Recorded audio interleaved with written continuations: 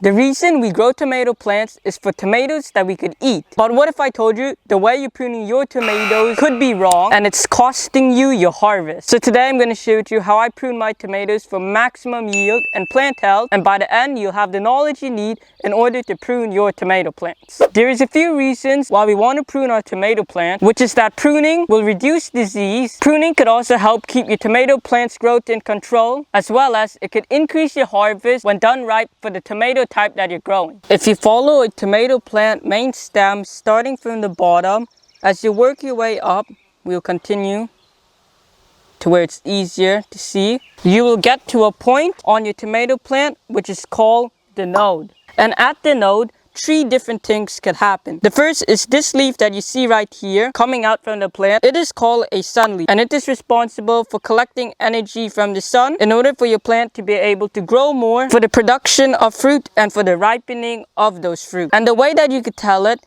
is that it typically comes out flat from the main stem, not like the sucker which comes out at a 45-degree angle, and it's the second thing that will grow from a node. Before we get into the sucker, there is still one more thing that happens, not at the node, but rather in between the nodes. And if you come closer, you could see that we have a node which our sucker was coming from, and the next node up here, and in between will be what is called a truss or a flower cluster, and is what will turn into fruits for us. Now, depending on the type of tomato that you're growing, flower trusses will appear. For every 3 leaf node, there will be 1 truss or 1 flower cluster. And on your determinate tomatoes, the fruit will be closer in between every leaf node or every other leaf node because of its short life cycle. But we'll get more into determinate tomatoes later. Back to our tomato plant real quickly. The reason that I'm finishing explaining tomato suckers now is that each sucker that you have on your tomato plant is basically an exact copy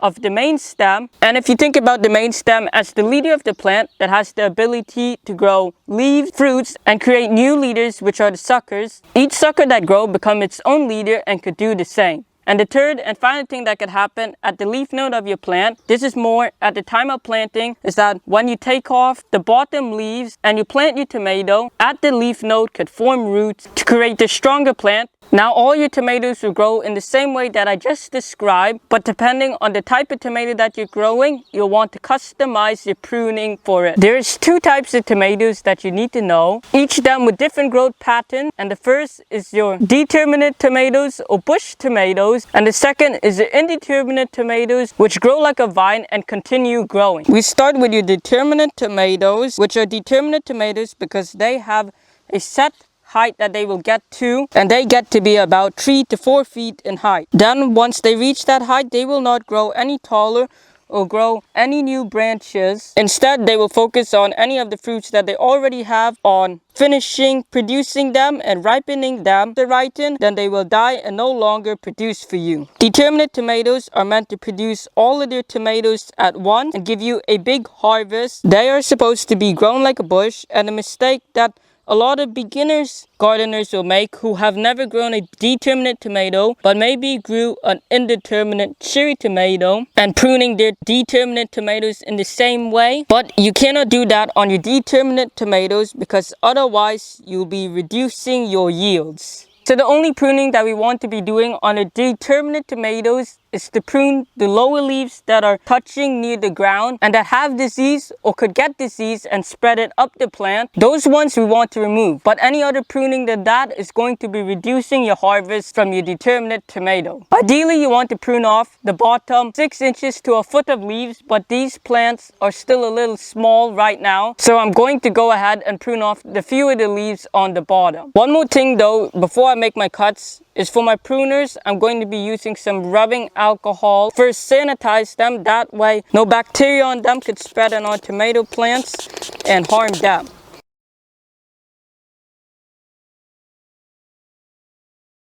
So I finished pruning my determinate tomato plants. The only other exception that you might want to prune determinate tomato suckers is if they're really close to the ground, that they would cause a whole bunch of leaves to be in contact with the soil and spread disease up the plant. Then you could prune those suckers, which typically is about the first 1 to 3 suckers on the base of your tomato plant that you want to prune. The second type of tomato that there are is indeterminate tomatoes, which cherry tomatoes are also part of, but they should be pruned differently. Indeterminate tomatoes could keep growing and get really tall, which is why I have this really high trellis, as they could sometimes grow up to 6 to 12 feet tall and higher. Indeterminate tomatoes has to be grown on a trellis because they could grow so out of control, and they could be grown with using a cage wire trellis. But the reason that I like growing mine on this string trellis is because I could fit 20 different tomatoes, and with some proper pruning techniques, keep them managed to a single bed, and I could get more tomatoes than if I grew them in a cage. Indeterminate tomatoes could also keep producing and aren't like your determinate tomatoes where they produce all of their tomatoes at once. They will keep fruiting unless a frost or disease kills them. That's why it's really important to keep your indeterminate tomatoes growing up a trellis. On indeterminate tomatoes, we could prune suckers in order to have them grow up vertically for you, because they could always produce more,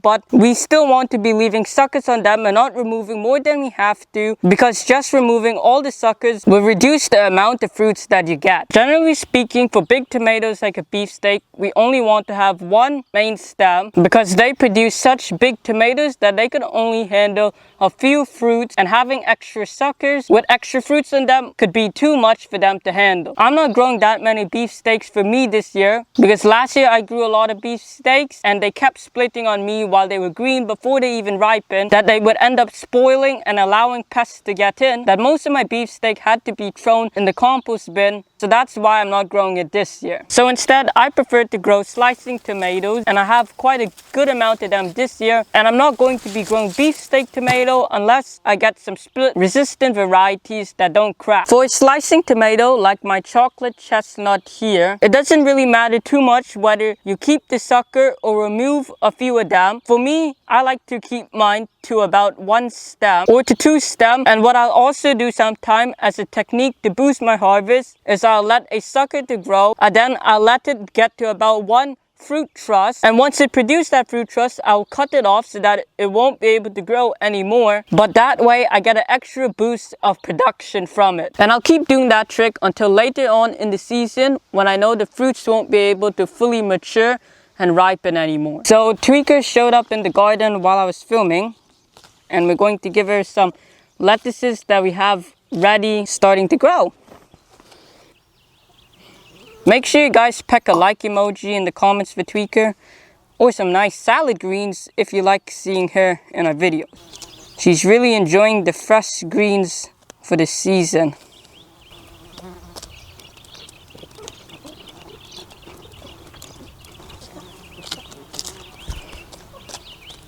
The last type of tomato is your indeterminate cherry tomatoes. There is also determinate cherry tomatoes, but most of your cherry tomatoes are usually indeterminate. With cherry tomatoes, you want to treat them like your determinate and prune them the same way, only to remove lower leaves that could get disease, because your cherry tomatoes are so tiny, the fruits, that they do not have a problem where they won't be able to have enough energy to sustain those fruits, and they are typically so prolific that if you leave the suckers on, you will get so many more tomatoes from that. In fact, my first cherry tomato that I grew a long time ago, all I did was put a wire cage on it and left it without little to no pruning at all, because I didn't really know what I was doing, but accidentally it ended up giving me a huge harvest of tomatoes. They were also some of the best tasting tomatoes too. Now the tomatoes that I have here, I forgot whether they are cherry tomatoes or a slicing tomato. I think the variety that I'm growing is the Bonnie Bass, but sometimes I will grow my cherry tomatoes on a string trellis, and for those cherry tomatoes I will prune them a little bit so that they don't outgrow the trellis into the paths and I could still walk. But if I'm growing my cherry tomatoes in an open bed like this, then I won't prune them of the suckers, because they can handle all of the suckers and will produce more fruit for you that way. Now for those of you who made it to the end, a bonus trick that you could do, and it's a reason that you may want to prune your suckers if you're living in a